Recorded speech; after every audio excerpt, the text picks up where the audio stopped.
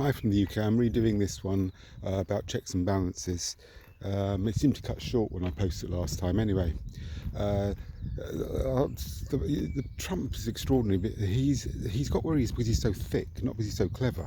He happened upon a formula, and the formula is a president can do what the hell he likes. You can't do anything about it. There are no checks and balances that stand up to the president. When he said early on that he could shoot a man on Fifth Avenue, nobody would do anything about it, he was right.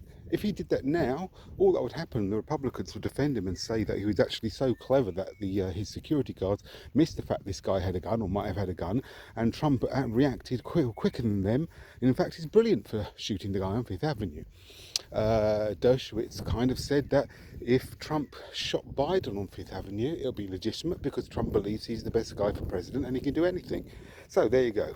That's what the formula that Trump landed upon. Now, your country was formed in direct response to our mad King George. But the thing is this is why the UK has better checks and balances than you. It's not because we're clever, it's because we've been around much longer and made all the mistakes that you're making in one lump called Trump the lump. Anyway, here are the three things that stop our Prime Minister. Much as I was not keen on the guy, I didn't vote for him.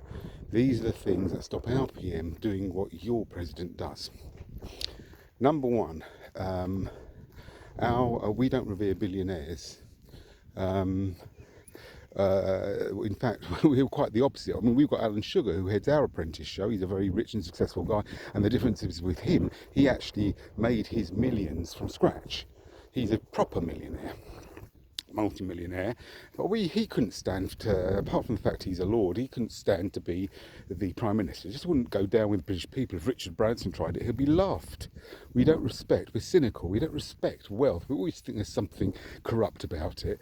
It's not true, of course, but still that's the British people view. That's the first thing. The second thing, as our Prime Minister cannot protect himself surrounded by lawyers, the lawyers stay in the court. When I watched the impeachment trial, every other person was a bloody ex-DA.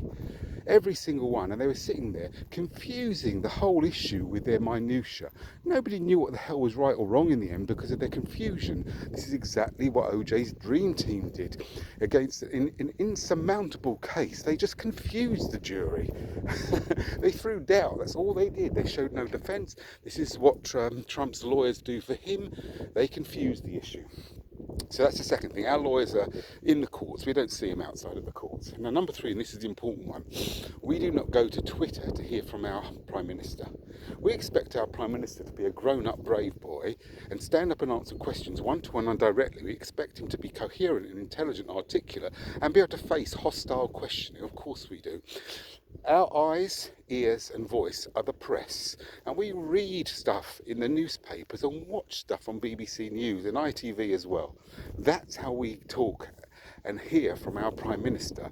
And if he had the bloody nerve to sit there and shout fake news at people, he would find himself out of number 10 very quickly.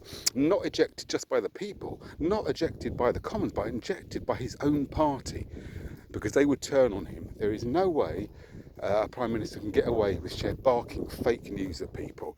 So they're the three things. One, we don't respect wealth. Wealth does not get you the head position. Number two, we don't have lawyers outside of the courts. And number three, our Prime Minister has to answer directly to his opposition and the press and the people.